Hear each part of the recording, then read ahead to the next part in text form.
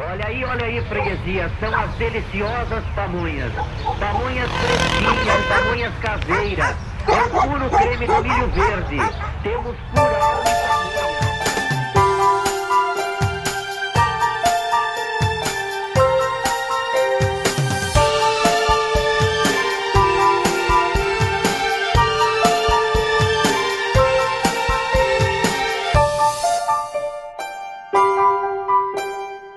Então, eu vou falar um pouquinho, então, sobre o Plug Minas, que é um projeto do governo de Minas, que trabalha especificamente com jovens com idades entre 14 e 24 anos, estudantes e egressos da rede pública de ensino de Belo Horizonte e região metropolitana.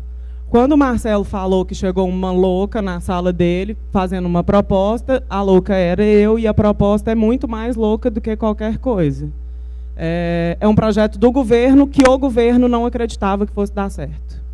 É caríssimo, tudo no Plug é muito caro, e a gente acha que é um projeto... O Plug não existe em outro lugar, não existem iniciativas como essa no mundo. A última pesquisa da gente foi no final de 2011, e até então não existia uma iniciativa como essa, e o projeto ainda está em construção.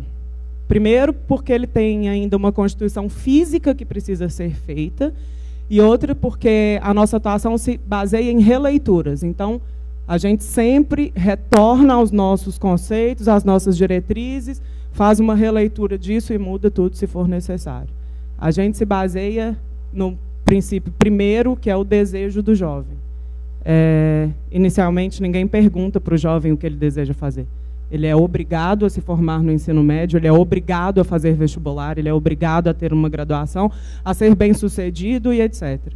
E aí, quando a gente pergunta para ele, para nós, porque eu também sou jovem ainda, entenda-se juventude entre 14 e 29 anos, eu ainda estou dentro dessa faixa, que é ótimo. Você também, Marcelo? Não, cara? Pô, te convidei achando que você era jovem. Então, essa coisa do desejo para a gente é muito importante. Aí, olha só, eu vou começar a falar do Plug, vou falar de juventude, de desejo, de território, né, que é o que essa semana está dizendo aqui. Eu não sei quanto tempo eu vou demorar para falar sobre isso, acho que depende muito mais de vocês e do tanto que eu posso me empolgar, que eu sempre me empolgo quando vou falar do Plug, e me empolgo quando vou falar de juventude. Aí, eu trouxe um vídeo para a gente começar a pensar essas coisas juntos, assim, que não é um vídeo do Plug. É um vídeo que foi feito no final de 2010, de um projeto que se chama O Sonho Brasileiro. Não sei se vocês conhecem, mas quem se interessa pela temática da juventude, esse é um vídeo importante, que é um vídeo é o que motivou uma pesquisa, que é a maior pesquisa com juventude já feita no Brasil, e a gente acha esse vídeo muito legal, assim. E ele vai nos dar algumas palavrinhas que vai nortear um pouco a minha fala. Então, eu não sei se ele vai passar nessa mídia, senão a gente abre ele de outro lugar. Existe um momento na história de toda a nação em que ela está tão acordada que começa a sonhar.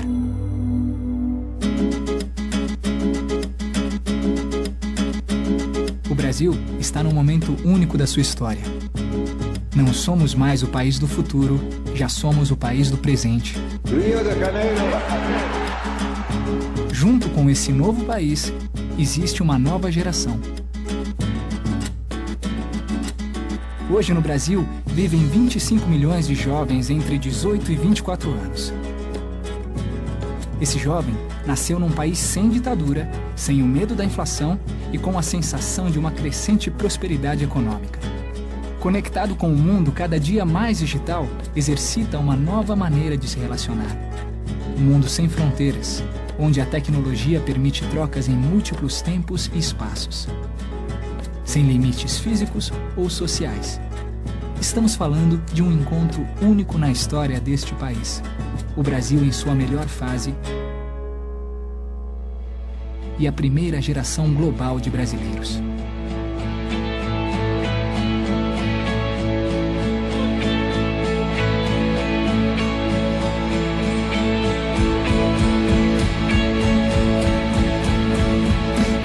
(76% dos jovens entre 18 e 24 anos acreditam que o Brasil está mudando para melhor.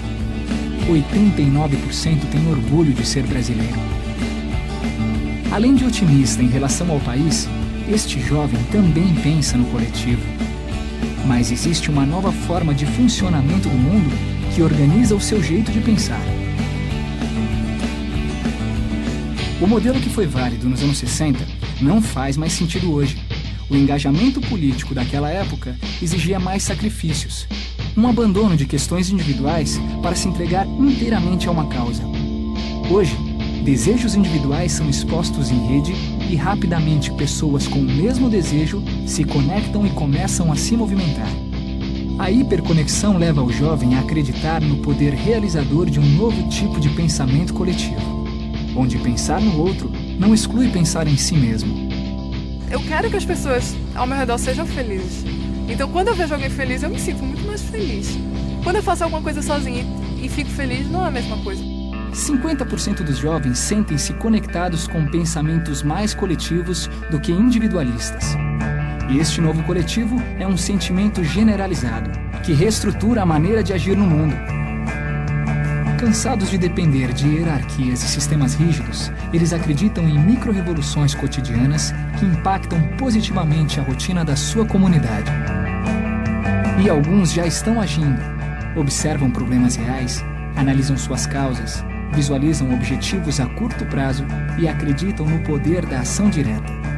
São considerados por muitos heróis reais. O único emprego que eu tenho, que é trabalhar com criança e adolescente utilizando o hip hop como maneira de instruir as pessoas a escolherem um melhor caminho. O nosso trabalho com essas pessoas que são excluídas financeiramente é incluí-las, mas não incluí-las para consumir, e sim incluí-las para conscientizar. Que leva alguém a ficar impassível diante disso. Se eu não for trabalhar para resolver esse caminho entre a minha casa e o meu trabalho, eu vou trabalhar para quê?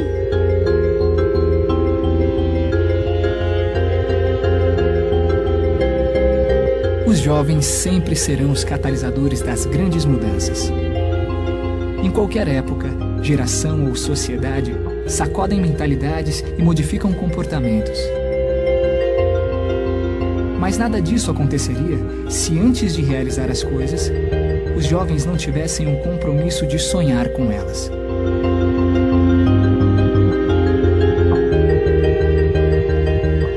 Fazendo um retorno ao passado, percebemos que nos anos 70, a geração alimentou sonhos grandiosos e utópicos. Já a juventude dos anos 80 possuía sonhos possíveis, mas a realização destes sonhos tinha um fim individualista, que geralmente era um bem de consumo material. Diferente das gerações anteriores, os jovens de hoje conectam seus sonhos ao que é vivenciado e realizado no cotidiano. Tão importante quanto descobrir o sonho brasileiro foi conhecer quem já está fazendo este sonho acontecer. Existem alguns jovens que já estão transformando grandes sonhos em sonhos reais.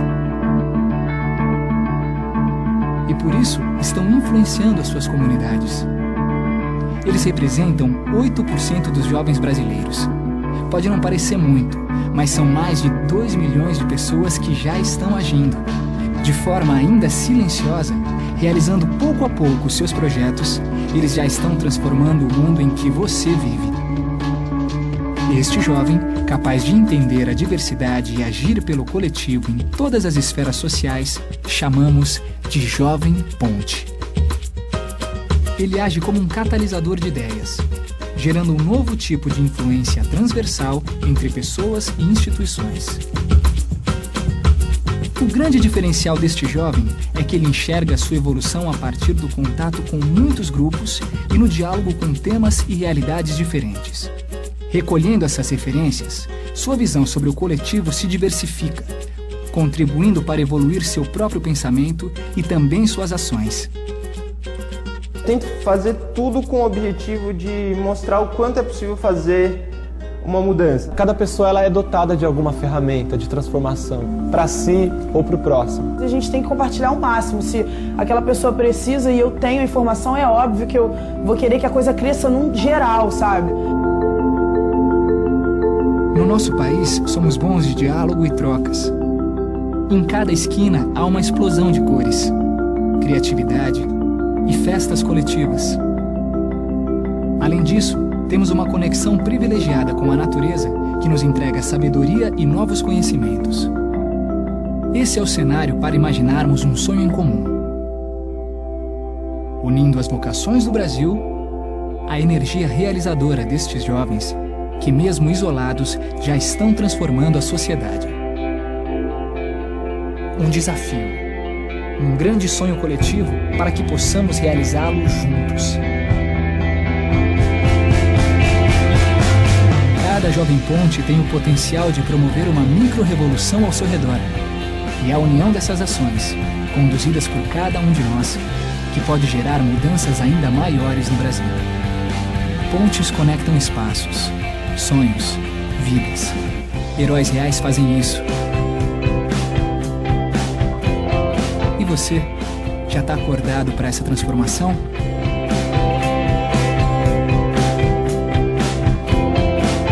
Então comece a sonhar e também faça parte deste sonho brasileiro.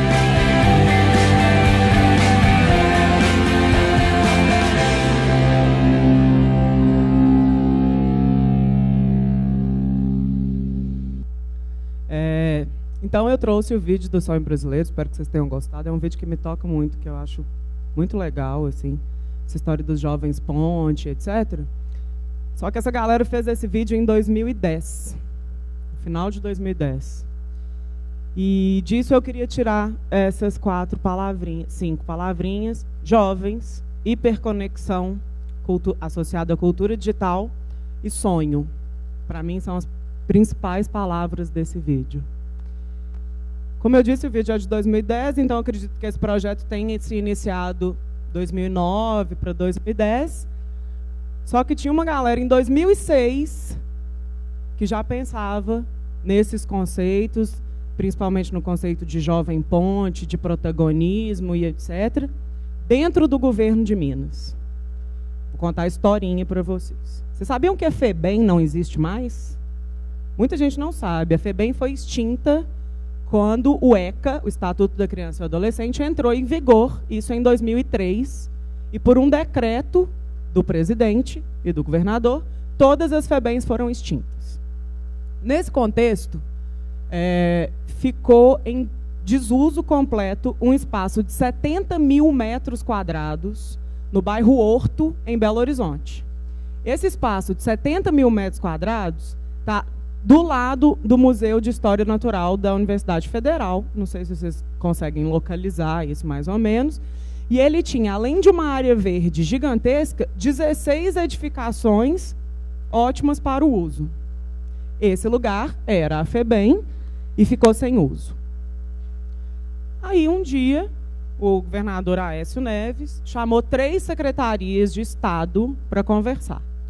A Secretaria de Defesa Social, a Secretaria de Esportes e da Juventude e a Secretaria de Cultura. Virou para essas 3 secretarias e falou assim: eu quero que vocês me apresentem propostas para a ocupação desse lugar que antes era uma FEBEM. Detalhe, essa ocupação precisa ter foco na juventude, foco no protagonismo juvenil. A Defesa Social inicialmente falou: eu não quero mexer mais com esse espaço, tem 30 anos que eu estou trabalhando com essa FEBEM, esse negócio já me deu problema demais. A Secretaria de Esportes e da Juventude fez a proposta de acabar com toda a área verde, demolir todos os prédios, construir quadras e piscinas para a formação de árbitros. Tem tanto árbitro assim no mundo, para um espaço de 70 mil metros quadrados. E detalhe, a topografia do espaço é assim, ó, quem já foi no Plug sabe que é um sobe e desce. Enfim.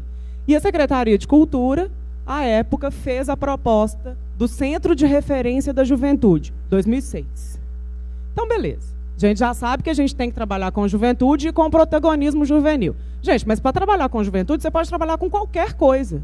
Com esporte, com lazer, com arte, com cultura, com qualquer coisa. E aí resolveu-se trabalhar com cultura digital, depois que as pessoas que estavam no governo, eu também estava na época, leram este artigo desse cara que chama Mark Prensky. Esse artigo fala dessa tal da geração Y, que é hiperconectada, em contraponto com as gerações anteriores, que não são tão conectadas assim. Venhamos e convenhamos, vocês têm uma relação muito mais tranquila com a tecnologia, high-tech, do que seus pais, do que seus irmãos mais velhos que vocês. Certo? Estou enganado? É isso mesmo. Então, descobriu-se, vamos trabalhar com cultura digital e juventude, pensando em tecnologia high-tech, essa tecnologia mediada, né? Aí, ótimo, a gente chegou no conceito, mas o que nós vamos fazer? Ninguém tinha ideia do que fazer. Por isso que eu falo que esse é um projeto muito doido, que ninguém acreditava. 18 iniciativas foram visitadas no Brasil e na América Latina. Nenhuma delas chegava perto do que se pretendia. Até que se descobriu uma galerinha lá no Recife, que se chama César, Centro de Estudos e Sistemas Avançados do Recife, e neste lugar tem um cara que se chama Silvio Meira, que é o cientista-chefe do César, e é o cara que fez o Porto Digital, que vocês que estão trabalhando aí com jogos digitais, a galera da comunicação tem que conhecer esse espaço, que é um espaço que é incentivado pelo governo do Pernambuco para que surjam empresas de tecnologia. Lá tem grandes empresas de jogos, a Jinx e etc., estão lá nesse lugar. E aí o Silvio Meira fez uma proposta, falou, vamos tentar trabalhar com essa coisa da tecnologia, mas num centro integrado, que ofereça 1000 possibilidades para os jovens, etc., e eles começaram a construir a proposta do Centro de Referência da Juventude, que chegaria ao Plug Minas. Nesse momento, em 2006, a gente já pensava em protagonismo juvenil, que era uma coisa que não existia, era uma discussão que não existia em Belo Horizonte, dentro do governo, por causa da falta de políticas públicas para a juventude, que ainda hoje é muito falho. A gente tem problemas de política pública para a juventude, vocês sabem disso melhor do que eu. Então, partindo da apropriação do conceito da cultura digital, do protagonismo da juventude, e tendo um espaço de 70 mil metros quadrados, a gente chega ao Plug Minas. Pode passar, por favor, Marcelo. Quais que eram as intenções primeiras do Plug Minas? Não ser um projeto de caráter compensatório e corretivo. Ou seja, corretivo, porque não tem absolutamente nada a ver com a FEBEM, e compensatório, porque a gente não trabalha nem com meritocracia, nem nada disso, é outro esquema. Necessidade de promover o engajamento dos jovens com a proposta. Os jovens tinham que acreditar que o Plug Minas ia dar certo e tinham que participar da construção disso. Nesse momento, a gente fez escutas públicas com mais de 1000 jovens de Belo Horizonte que seriam público-alvo do projeto. Entender o jovem como agente do seu próprio desenvolvimento. Vou dar um exemplo disso. Se eu quiser pintar a parede da minha sala, dentro do Plug Minas, de azul, porque eu sou do Cruzeiro, eu tenho que convocar uma comissão formada por representantes de todos os núcleos, representantes do governo, representantes dos alunos, representantes das associações de bairro, é a tal da democracia participativa que a gente busca. Gente, democracia já é um problema. Participativa, então, onde todo mundo pode dar opinião, é o maior problema que existe. Então, o jovem é agente do seu desenvolvimento. Ele, desde o início, tem voz e tem ação dentro do projeto. Não definir o jovem por sua ausência, desamparo e desqualificação.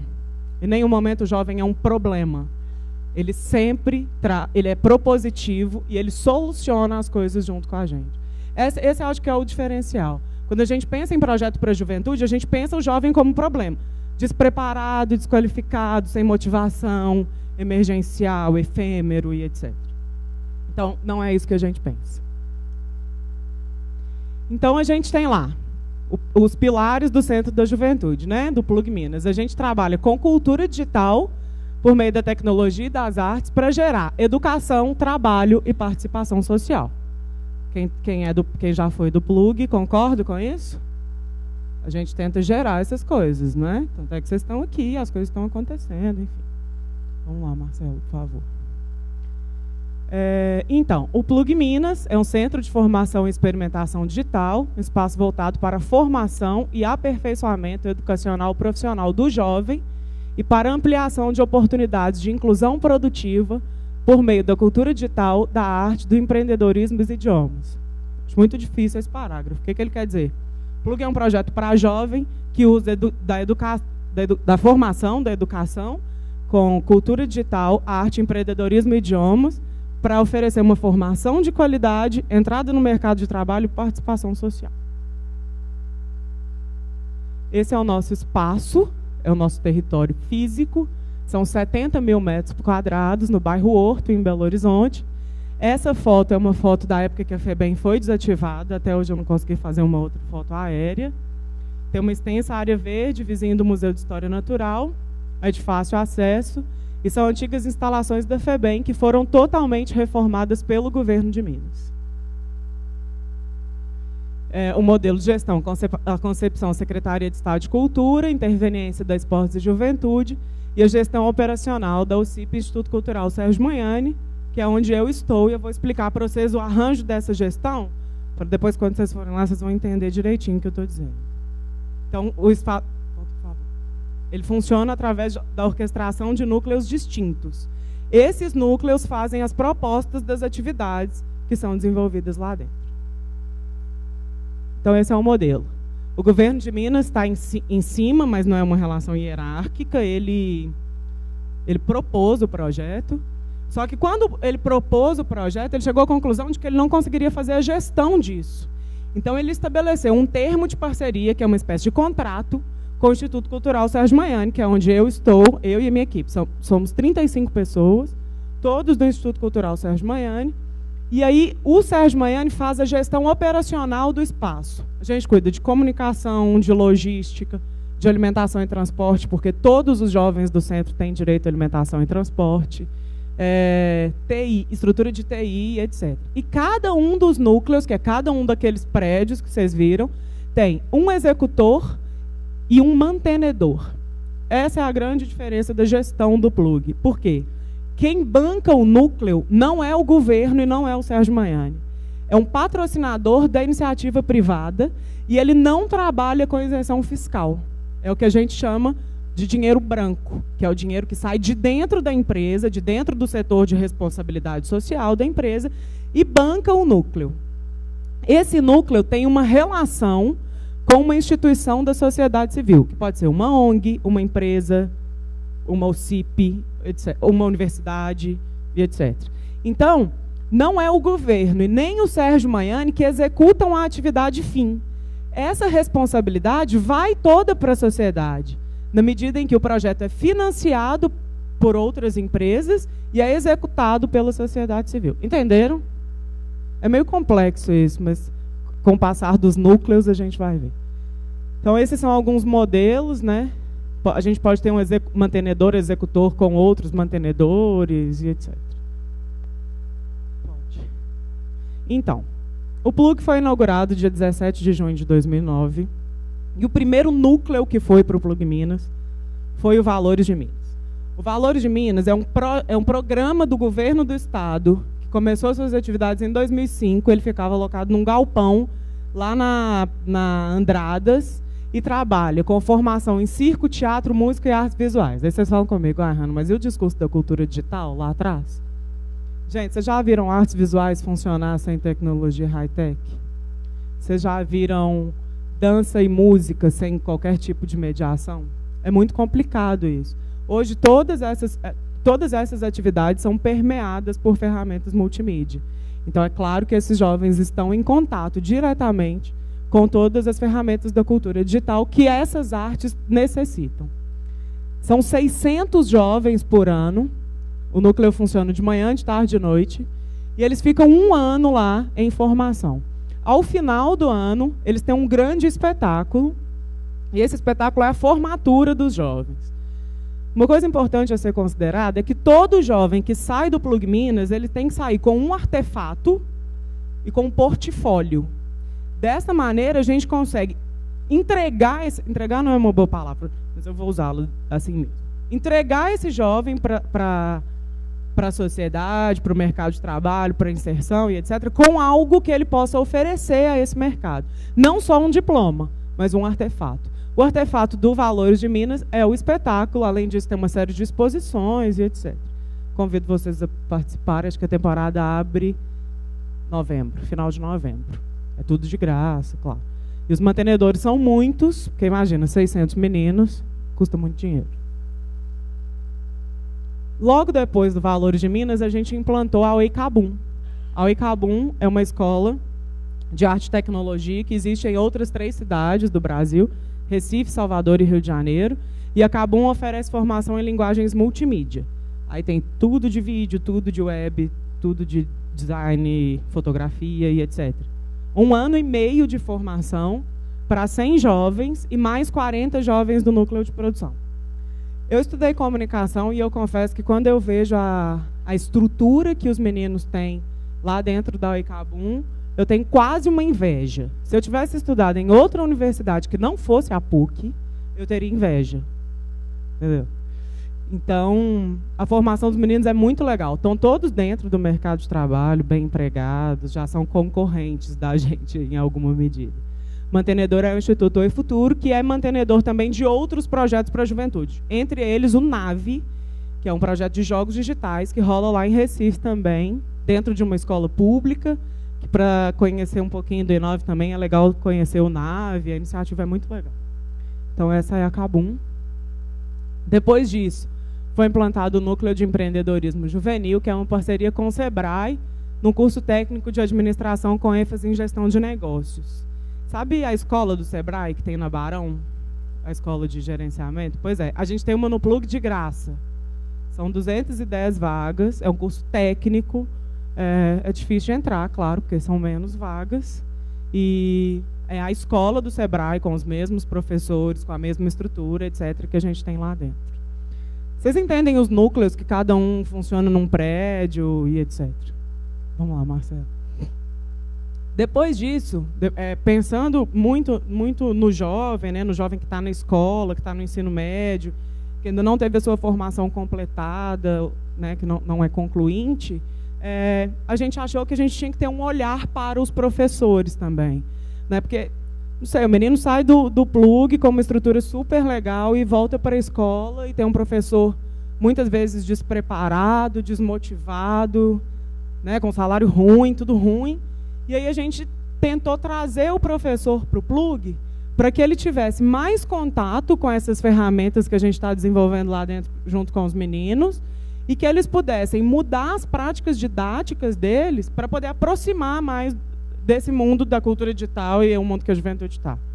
Então, o NAP é o amigo do professor, uma parceria com o Instituto Unibanco, que depois do MEC, o Ministério da Educação, é a maior autoridade em educação do país e super reconhecido mundialmente. E o público atendido cerca de 3.000 educadores por ano. Aí lá eles têm oficinas de uso da internet, de games, de blog, de uso de celular e etc. Também é muito legal, tem muito curso à distância e tem uma estrutura muito boa lá também. Rede pública de ensino e licenciados. Então, quem está a fim de dar aula também pode fazer. Pode passar. E aí vem o I9. Queridíssimo. Projeto e criação de jogos digitais, bidimensionais, game design, programação de computadores e arte 2D. Essa história é muito doida, porque quando a gente trouxe a CABUM, a gente pediu ao Instituto Oi Futuro que viesse também o NAVE, que na época se chamava Fábrica de Jogos, e o Instituto Oi Futuro disse que não, peraí, vocês já estão levando a CABUM e agora vão querer levar o outro projeto de jogos digitais, e a gente ficou com essa coisa de jogos na cabeça, tem que fazer alguma coisa de jogos, é um mercado super em expansão, a formação é muito legal. E aí eu lembrei que aqui tinha tinha um curso de desenvolvimento de jogos. E literalmente vesti a cara e fiquei esperando o Marcelo lá na sala dele. Falei, olha, eu tenho uma proposta para você. Assim, são milhões de reais em investimento. Para atender jovem da escola pública, 14 anos. Ele ficou sem entender nada. Falei, vamos lá para você ver do que eu estou falando.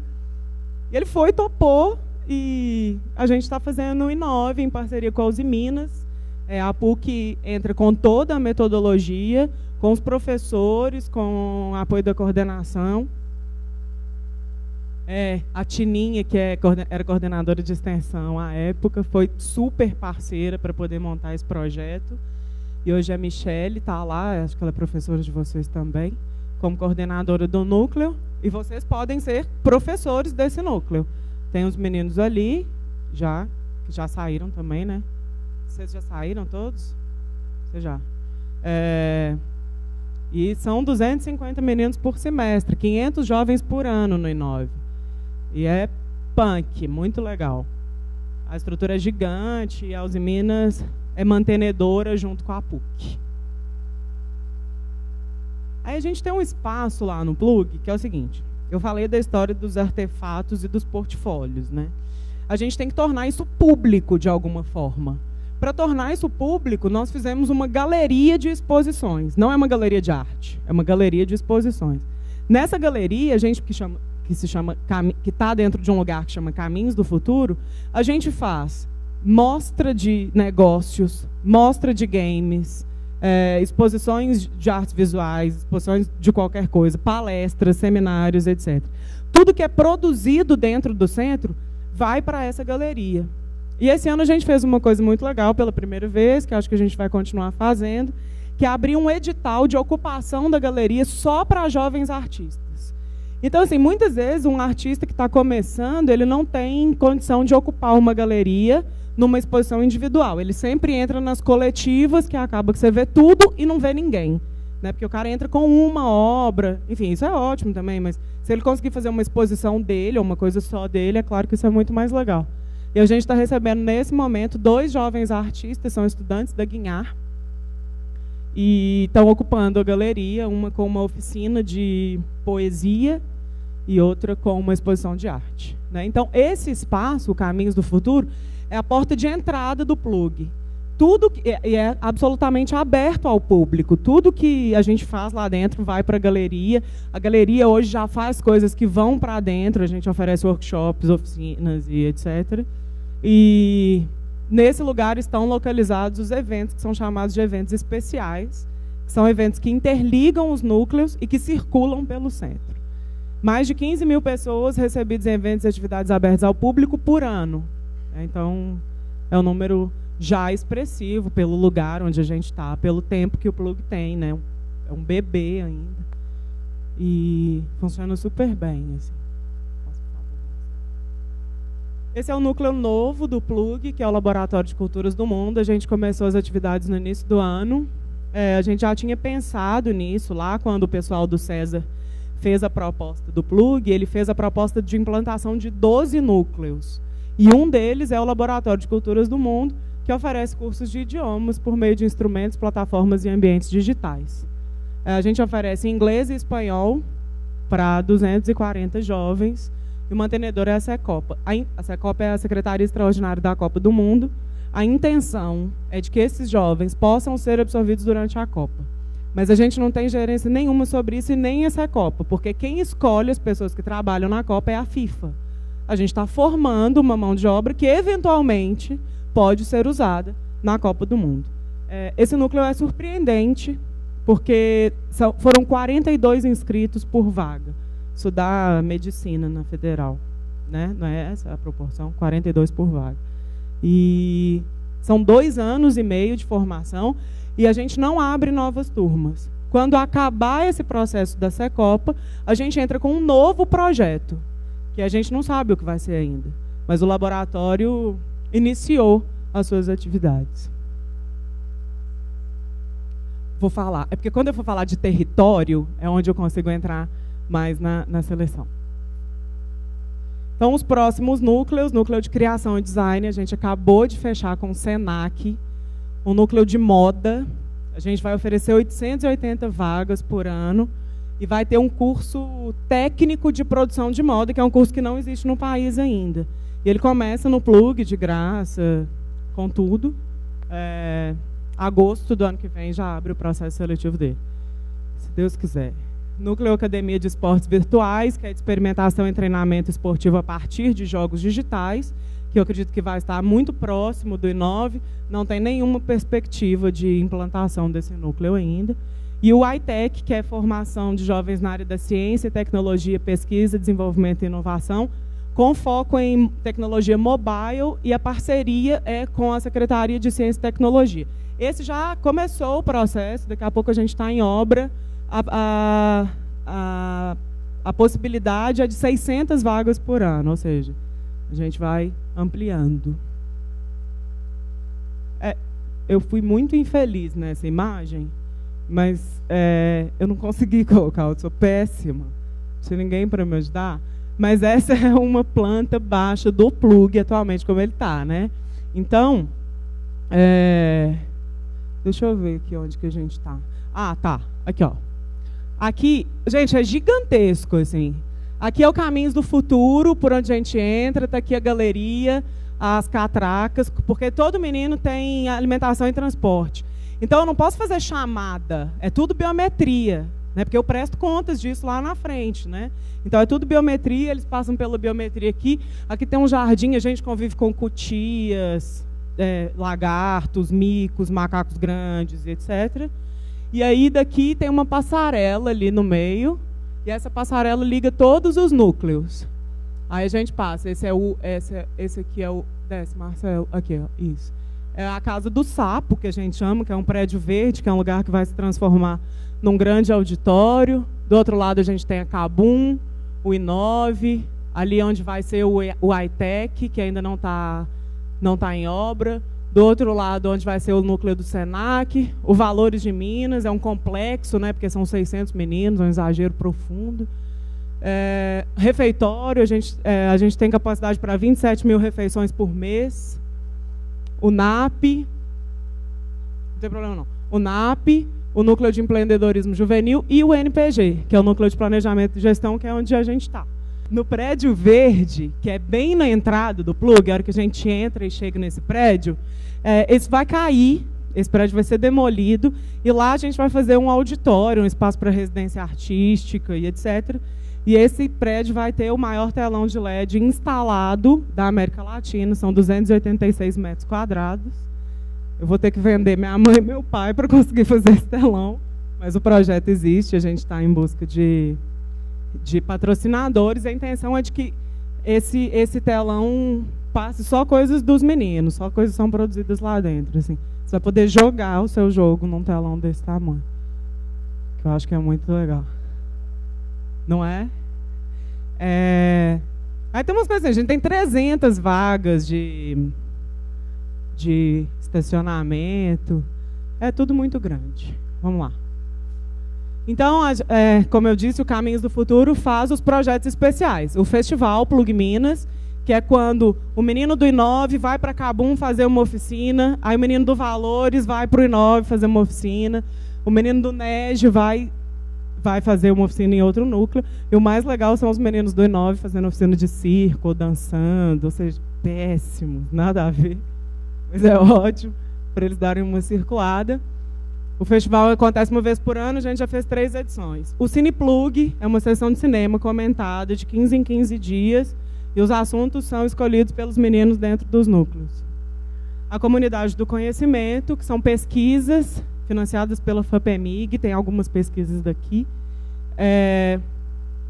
Professora Ana Maria, isso, é uma das nossas pesquisadoras por diversos temas, é muito legal. BIC Júnior, bolsa de pesquisa também para os meninos. Isso é uma coisa que a gente está começando a fazer, que está sendo muito legal. Assim. Sistematizar essas coisas do plug para a gente são muito importantes, porque como o projeto é inovador e ele está mudando toda hora, a gente tem uma preocupação agora mais com a área acadêmica, com a produção de conhecimento, né, com gerar informação, enfim. E a gente tem o De Frente, que é uma parceria com a Raga, com a revista Raga e com a Secretaria de Juventude, e são 6 palestras que vão para o plug. A gente já teve o Antônio, como é que é o nome dele? Antônio Tabena, não? Que é o cara do Kibe Louco. A gente teve o Jairo Bauer, lá também para falar de AIDS e de juventude. Vou falar um pouquinho mais sobre isso depois. E a gente vai ter o René Silva, que é o cara lá do Complexo do Alemão, que narrou a implantação das UPPs e que hoje faz um blog. O cara é super legal. Vocês estão super convidados também, é aberto ao público. É só entrar no site do Plug e dar uma olhadinha. Vamos lá.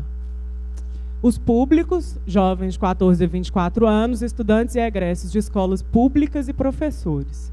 Escolas públicas de Belo Horizonte e região metropolitana.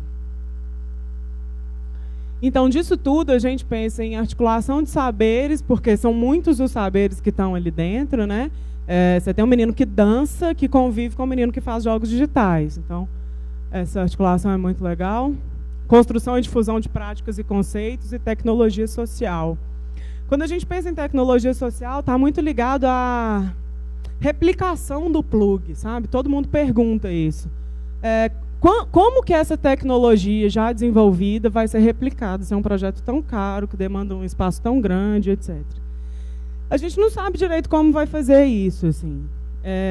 Realmente exige um esforço muito grande de equipe, de articulação, porque tem que ter muita grana. Mas, ao mesmo tempo, é difícil encontrar um município que tenha condições de receber um projeto como esse. Em Minas, né, é muito complicado.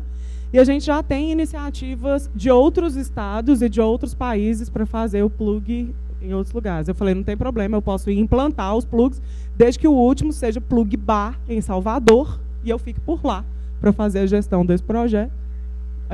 E aí, o que a gente pensa? Assim, vamos levar essa iniciativa do plug para outras cidades, mas em pequenas atividades, localizadas, enfim, não tem muito como pensar em expansão dessa tecnologia social, não. Mas vamos ver, né? Às vezes alguém compra o projeto. Então, o Marcelo me convidou para falar de território, né? E eu fiquei pensando, assim, o plug, desde sempre, é um espaço. Então, um espaço é também um território. E aí eu pensei em falar um pouco da ampliação deste território que deixa de ser um espaço. Aí, para começar, eu trouxe alguns números. A data de inauguração, 8 núcleos implantados, 1.670 vagas anuais, até então, 70 mil metros quadrados, 16 milhões de reais anuais em investimento, 38 mil pessoas atingidas diretamente, 180 atualizações semestrais de conteúdos no portal, 5.725 curtidas no Facebook, 2.042 seguidores no Twitter, e mais de 20 mil inscrições no processo seletivo em 2012. Daí a gente consegue falar de território. Passa, por favor, Marcelo. Em 2010, a gente teve 4.120 inscritos. Em 2011, 9.200 inscritos. Em 2012, 20 mil inscritos. O que aconteceu com isso? Dobrou o número de inscritos. Vamos lá, Marcelo. É óbvio que o Plug Minas se tornou mais conhecido.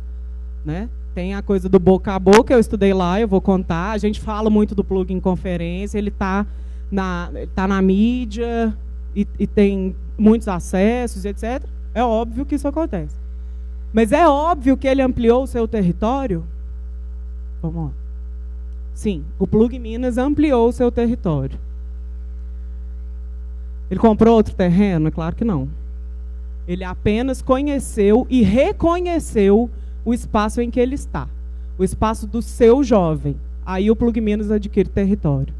Não tem como a gente se fechar dentro dos 70 mil metros quadrados, tendo 1.700 cabecinhas pensantes lá dentro, que circulam pela cidade, que estudam, que namoram, que trabalham, que refletem, que não refletem, que se colocam ou que não se colocam. Então, eu acredito que o território do Plug tenha sido ampliado no momento em que ele começa a entender o seu jovem, quando ele circula pela cidade. Fora isso, não tem condição, porque a gente é um espaço. E o espaço não pode se resumir no lugar.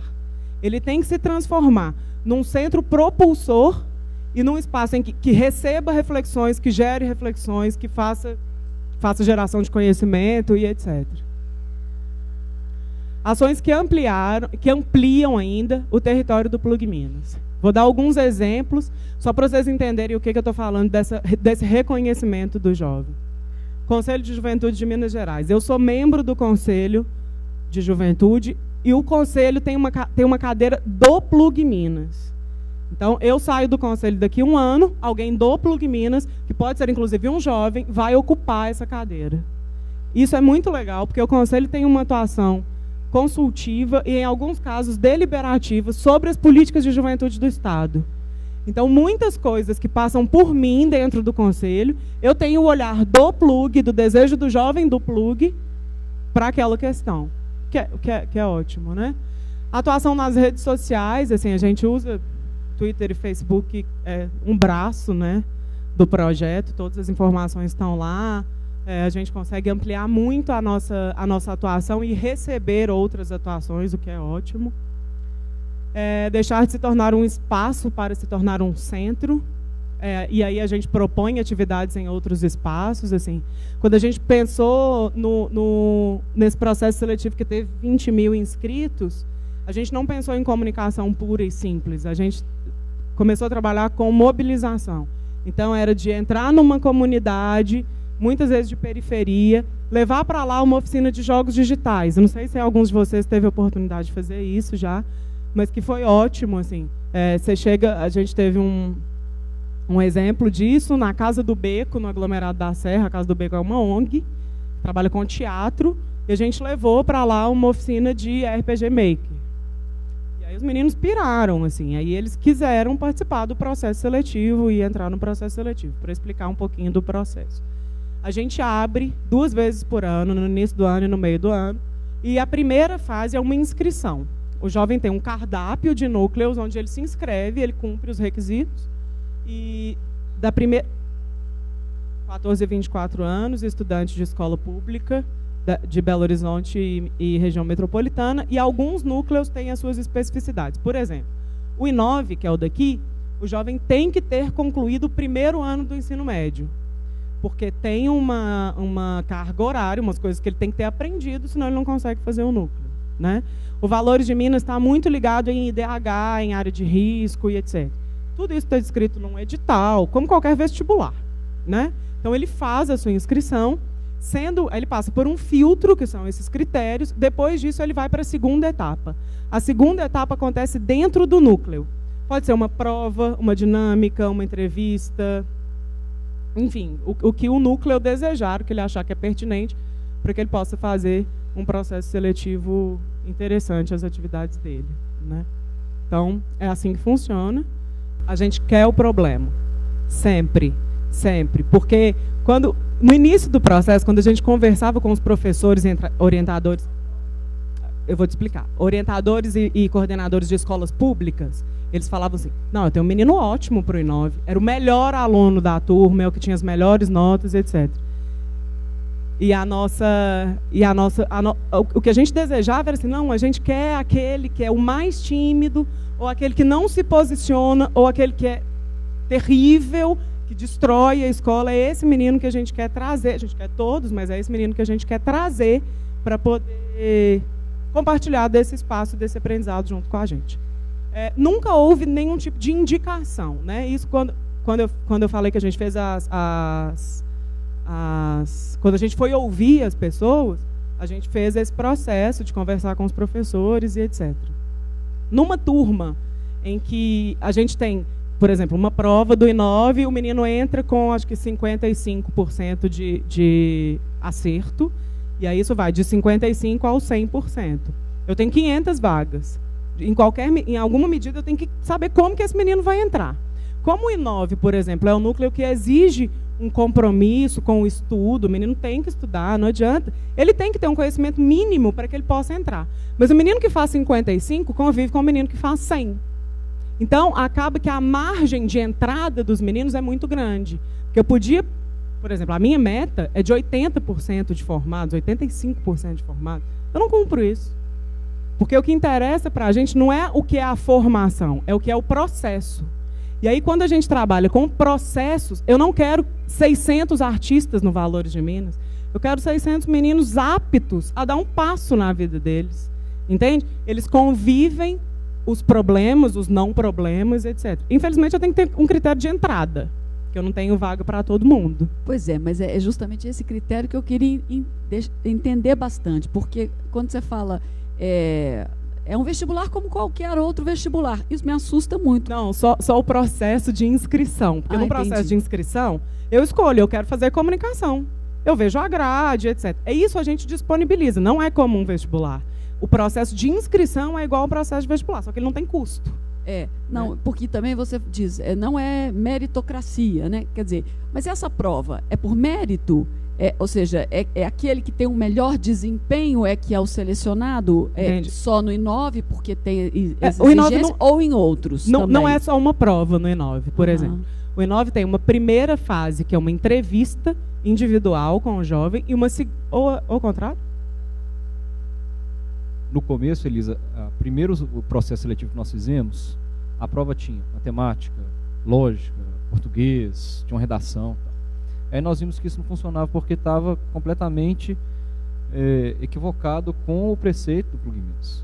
A outra prova, que a partir de então a gente começou a fazer assim, a gente quer ver do aluno se ele gosta de jogos. Porque também não adianta ir uma pessoa que não gosta. E aí isso a gente não está avaliando, não é se ele conhece de lógica, de português, de física, matemática. A gente está avaliando o interesse dele em querer fazer a diferença para ele mesmo. E aí tem a entrevista e a prova hoje foca mais nesse sentido. Aí te dá um exemplo dos outros núcleos. O empreendedorismo juvenil, que tem também uma prova. Por que tem uma prova? É um curso técnico. O menino sai com um diploma técnico em gestão de negócio. Só que ele tem uma prova, uma dinâmica de grupo e uma entrevista individual. A gente já teve casos da prova do menino ser desastrosa.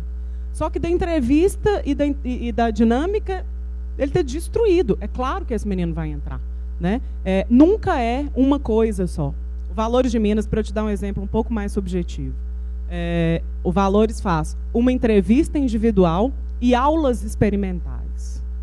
Nessas aulas experimentais, não ficam só os meninos que têm que estão mais próximos, ou que sabem desenhar, ou que cantam, ou que já têm uma aptidão maior para o teatro. Não. Esses entram se eles foram bem em todas as fases, se eles responderam as questões que foram interessantes a todas as fases, entendeu? A gente tem um caráter muito subjetivo, porque as segundas etapas nunca são uma fase só. Né? Elas envolvem um outro processo. A Oicabum, que está fazendo seleção agora, são 6 fases de seleção. Né? Então, a gente tem... A Cabum deu 12 por vaga agora. E a gente ainda ampliou um pouquinho para 120 vagas. Né? Assim, a intenção não é nunca cercear essas vontades, é ampliar essas vontades. E o que a gente faz com esse jovem que não passou? Ele é convidado a participar de outras atividades no Plug, que não são as atividades formais dos núcleos deles. Então, eles vêm fazer workshop, participam de festivais, etc. Eles sempre estão próximos do núcleo que ele quis participar, enfim. É difícil não trabalhar com meritocracia. É muito complicado. Mas é o que a gente tenta todos os dias. Assim. A gente já teve uma coisa assim, por exemplo, um menino entrou no Valores de Minas, no meio do ano, ele falou assim, não é isso que eu quero. Eu não quero Valores de Minas, eu quero Cabum. Aí a gente ficou dias conversando com ele para entender o que aconteceu. Ele falou, cara, eu fiz uma escolha errada, então eu vou sair e vou fazer o processo seletivo. E fez, e passou, e etc. Então, essa vontade é uma coisa que nos move muito mais do que uma prova, muito mais do que uma entrevista que não é uma entrevista de emprego. Só ressaltando novamente, eu falei do vestibular só por causa da escolha, porque a universidade tem um cardápio, assim como nós temos um cardápio de núcleos. Então, vamos lá. Entendido? Então, deixa de ser um espaço para se tornar um centro, né, e executando essas atividades em outros espaços. Atuar junto a outras políticas voltadas para a juventude. A gente não pode se fechar e achar que o Plug Minas vai resolver todos os problemas do mundo, porque não vai, não é essa a proposta dele. Então, a gente busca, por exemplo, a coordenação de DST-AIDS da Secretaria de Estado de Saúde e faz uma parceria com essa coordenação para poder fazer uma série de campanhas e de ações de mobilização para a juventude com foco na prevenção de DST-AIDS. É uma ação que a gente fez. Outras ações, junto ao Poupança Jovem, que é outro projeto, junto às ações da Secretaria de Esportes da Juventude e da Secretaria de Cultura, vão fazendo com que o projeto alcance outras coisas, que não só o que ele está propondo nas suas atividades formais. Produzir conteúdo é uma coisa que a gente tem se preocupado muito com a comunidade do conhecimento, com o BIC Júnior. A gente acabou de aprovar uma revista na FAPEMIG, então a gente vai conseguir fazer uma revista também. Pensar conteúdos e disseminar reflexões. Como eu disse, essa coisa das comissões, né? A gente trabalha muito, tem muitas rodas de encontros de diálogo, rodas de conversa, e a gente sempre tenta colocar isso na rede, nos fóruns, para gerar discussão. A gente está em muitas conferências. Eu estive agora no Jubra, no Simpósio de Juventude Internacional, e não sabia que o Plug estava sendo apresentado no Jubra, né? Então, essa coisa do conteúdo já está circulando muito mais. Entender o que o jovem necessita, o que ele deseja e qual é o seu sonho. Lembra lá quando eu passei aquele vídeo que eu falei de jovem, de hiperconectividade, de cultura digital e de sonho. E sonho muito ligado ao desejo, né? Passa para mim, por favor, Marcelo. O sonho do Plug Minas é o sonho do jovem de Minas. Por que eu falo isso? Porque o projeto é capaz de se reinventar todos os anos.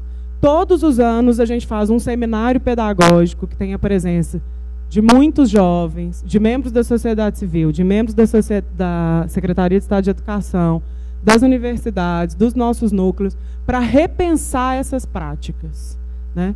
Onde que a minha prática pedagógica, a prática do Plug, com a diretriz estabelecida nos planos pedagógicos do núcleo, realmente interferem no protagonismo juvenil do jovem?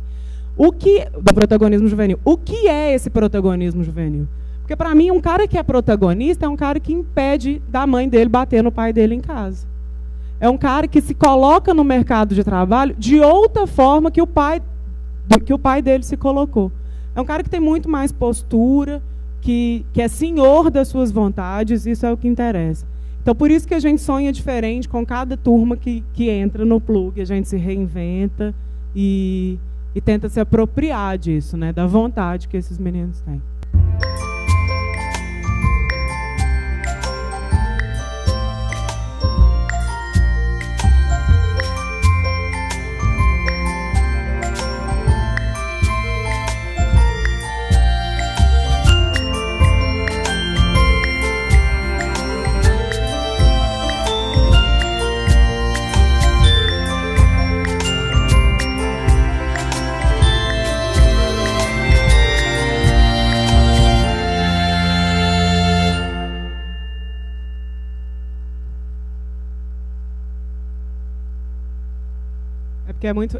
É muito fácil falar do projeto assim, né? Mas o mais legal é ir lá e conhecer.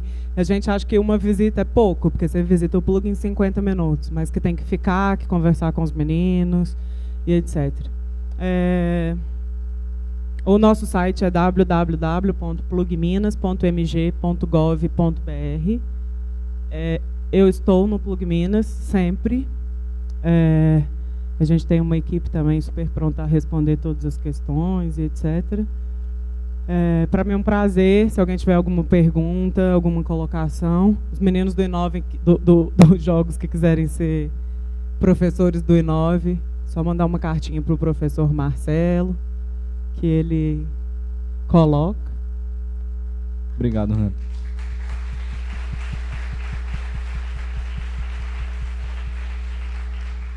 Olha aí, freguesia, são as deliciosas pamonhas. Pamonhas fresquinhas, pamonhas caseiras. É o puro creme do milho verde. Temos puro...